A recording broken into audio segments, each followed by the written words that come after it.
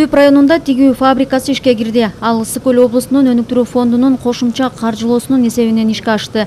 Президент Садыр Жапаров бүгүн Ысык Көл облусуна иш сапарынын алкагында район тургундарын 200 жумуш орду менен камсыздаган тигүү фабрикасын көрүп чыкты. Мамлекет башчысы андагы иштөө шарттары, иш орундарынын тартиби, өндүрүш техникаларынын абалы менен таанышты. Түп айылындагы ишкана салкын жоопкерчилиги чектелген коомо Кыргызстандагы пахта продукциясын өндүргөн эң ири фабриканын филиалы болуп саналат. Ал токулган кездеме, байпак жана башка продукцияларды чыгарат. Жергиликтүү тургундар жана фабриканын кызматкерлери менен баарлашуу учурунда президент буга чейин Ысык Көл облусунун өнүктүрүү фондунун каражаттары аркыл деңгээлде коррупциялык учурлар болуп максатсыз пайдаланылганын, натыйжада көптөгөн жакшы регионалдык долбоорлор ишке ашпай калганын белгиледи.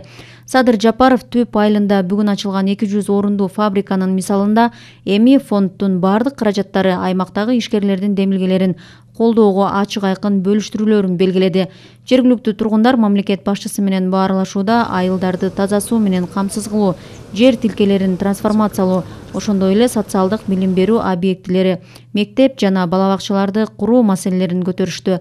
Президент Садыр Жапаров жергиликтүү өз алдынча башкаруу органдарынын, өзгөчө акимдердин ролун күчөтүү, жөлөк пул жана бюджеттик чөйрөдөгү кызматкерлердин айлык акыларын жогорулатуу пландары жөнүндө айтып берди.